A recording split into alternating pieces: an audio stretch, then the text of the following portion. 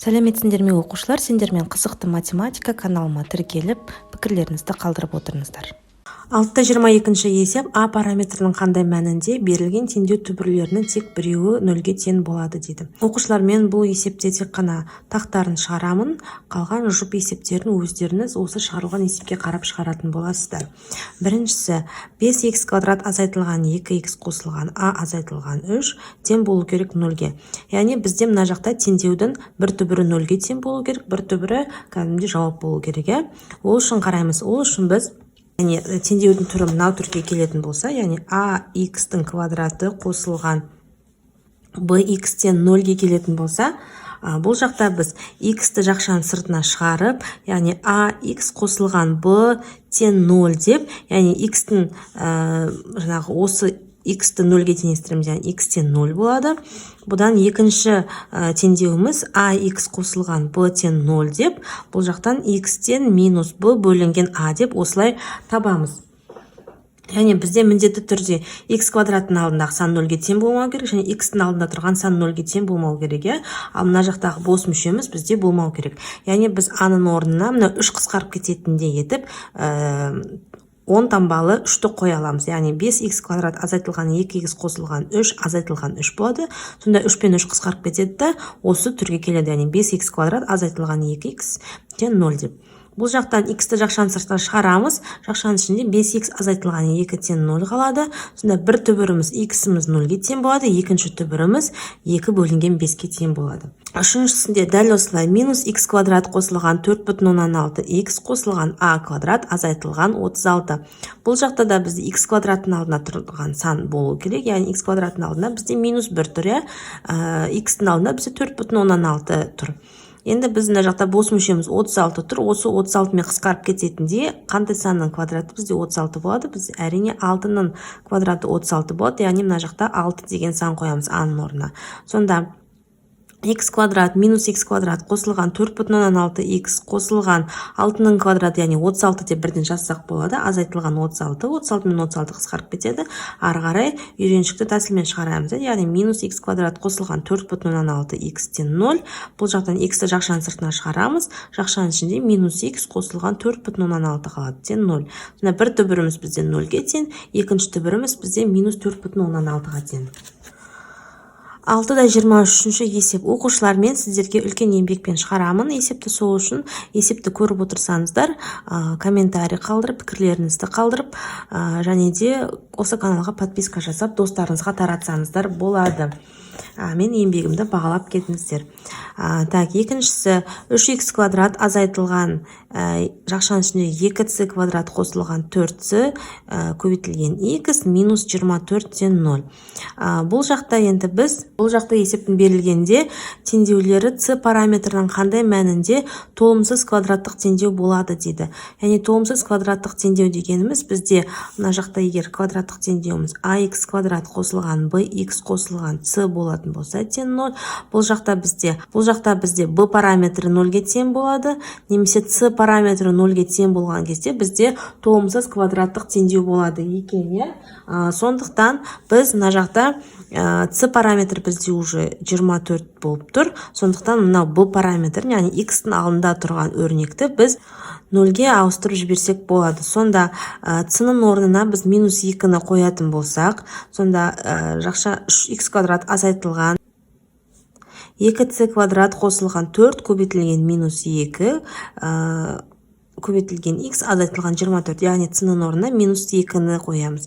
Сонда 3х квадрат азайтылған c-ның орнына минус 2-ні қойсақ, минус 2-ның квадраты бізде плюс 4, 4-ті 2-ге көбейтсек 8 болады, 4-ті минус 2-ге көбейтсек бізде минус 8 болады. Сонда 8 бен 8 қысқарып кетеді, мынау параметріміз бізде 0-ге тең болып кетеді. Сонда 3х квадрат азайтылған 24 тең 0 қалады. Бізде бұл жақта теңдеуді шеш деп жазылып тұрған жоқ, сондықтан осы түрде қалдырсақ болады. Немесе шеше салсақ болады. Яғни минус 24-ті теңдіктің екінші жағына жібереміз. Сонда 3х-тің квадраты тең болады 24, x-тің квадраты тең болады 24 бөлінген 3, бұл бізде 8.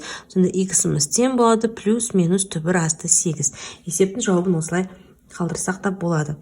Так, төртіншісі c плюс 3 x квадрат қосылған 2 c квадрат қосылған 3c көбейтілген x азайтылған 18 тең 0. Яғни біз бұл жақта мынау c параметрін 0-ге c-ның орнына біз 0-ды қоюымыз керек. Себебі біз мына жаққа 0-ды қоятын болсақ, 0-ге 3-ті қосатын болсақ, ол бізде 3 болып кетеді. Мына жаққа 0-ды қоятын болсақ, c-ның, яғни 0-дің квадраты 0, қосылған 3c, яғни 0, мынау барлығы бізде 0-ге тең болып кетеді.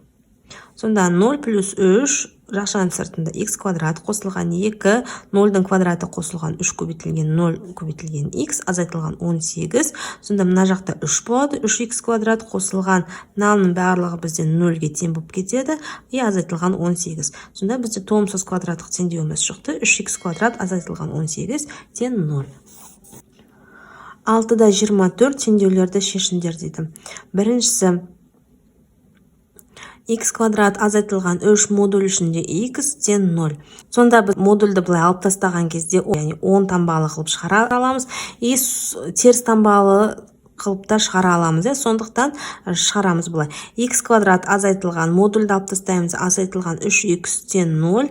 Бұл жақтан x-ті жақшаның сыртынан шығарамыз, x азайтылған 3 қалады тең 0. Сонда бір жауабымыз x-іміз тең 0-ге тең болады, екінші жауабымыз x-тен 3-ке тең болады. Екіншісі, дәл осылай, бірақта x-тің алдына минусты қоямыз. Сонда x квадрат қосылған 3 көбейтілген x, яғни мынау минус пен мынау минус жойылып кетеді. Сонда бізде x-ті жақшаның сыртынан шығарсақ, x жақшаның ішінде x плюс 3 тең 0. Сонда бір жауабымыз 0-ге тең болады, бір жауабымыз минус 3-ке тең болады. X көбейтілген модуль ішінде x азайтылған 3,8x тең 0. Бұл жақта да мына жақтағы модульден біз x-ті 10 таңбалы қылып шығара аламыз, и сол таңбалы қылып шығара аламыз. Сонда x квадрат азайтылған 3,8x тең 0.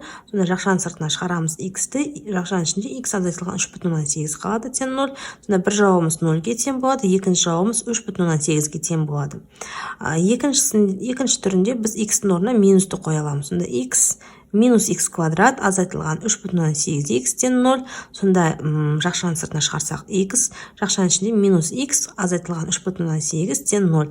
Сонда бір жауабымыз x-іміз тең 0-ге тең болады, екінші жауабымыз x-іміз минус 3,8-ге тең болады. 6-24 бесінші есеп. X квадрат азайтылған 3 модуль ішінде x қосылған 7x тең 0. Бұл жақта да x-тің 10 таңбасымен шығарамыз, және теріс таңбасымен шығарамыз. Біріншісі x квадрат азайтылған 3x қосылған 7x тең 0. Минус 3x плюс 7x ол бізде плюс 4x болады. Сонда бұл жақта x квадрат қосылған 4x қалады. X-ті жақшаның сыртына шығарамыз, жақшаның ішінде x плюс 4 қалады тең 0. Бір теңдеудің жауабы x тең 0, екінші теңдеудің жауабы x тен минус 4. Енді келесі x-ті минус қылып шығарамыз. Сонда x квадрат азайтылған 3 көбейтілген минус x қосылған 7x тең 0. Мынау минус пен мынау минус бізде плюс болады. X квадрат қосылған 3x плюс 7x болады. 3x пен 7x қосылып 10x шығарады. X-ті жақшаның сыртына шығарамыз. X жақшаның ішінде x плюс 10 қалады тең 0. Сонда бір жауабы x тен 0, екінші жауабы x тен минус 10. 6-25 есеп екіншісі. 4x квадрат қосылған 5 модуль ішінде x көбейтілген x азайтылған 12 тең 0. Бұл жақта да x-ті біз плюс қылып шығарамыз, және x-ті минус қылып шығарамыз.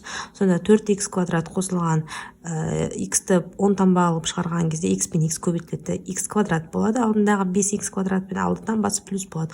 Азайтылған 12 тең 0. 4x квадрат пен 5x квадрат қосылады.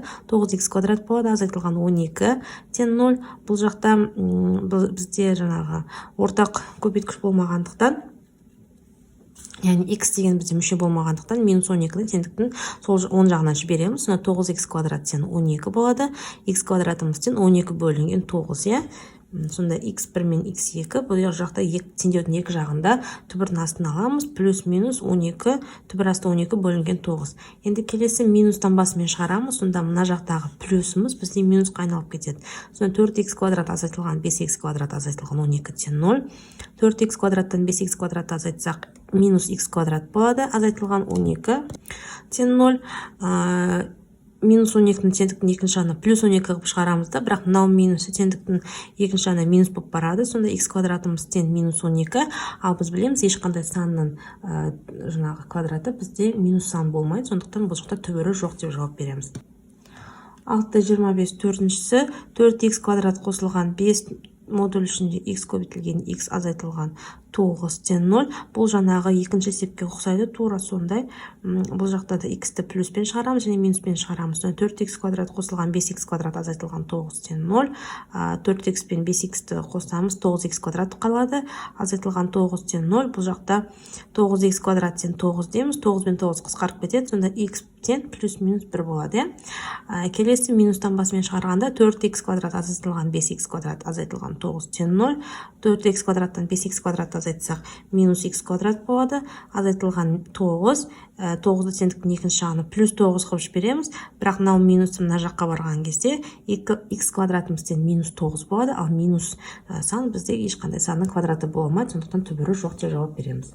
Алтыншысы 5х модуль ішінде х азайтылған 8 модуль ішінде х бөлінген х тен 0. Бұл жақта да оң таңбамен және сол таңбамен шығарамыз. Сонда 5х квадрат азайтылған модуль ішінен x болып шығады да, x пен x қысқарып кетеді.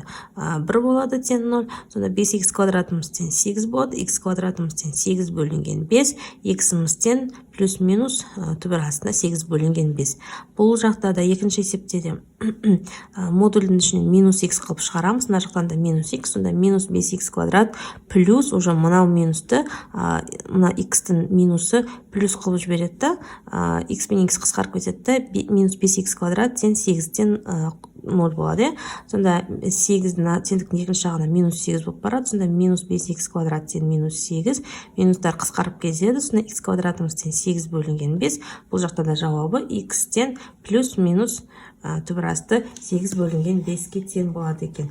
Осымен оқушылар есептерім аяқталды. Келесі сабақ менде 7-ші тақырыптың есептері шығады. Квадраттық теңдеуді қалай шешеміз, дискриминант деген не, теңдеудің неше түбірі болады деген сұрақтарға жауап беретін боламыз. Каналыма міндетті түрде тіркеліп қойыңыздар. Сау саламатта болыңыздар.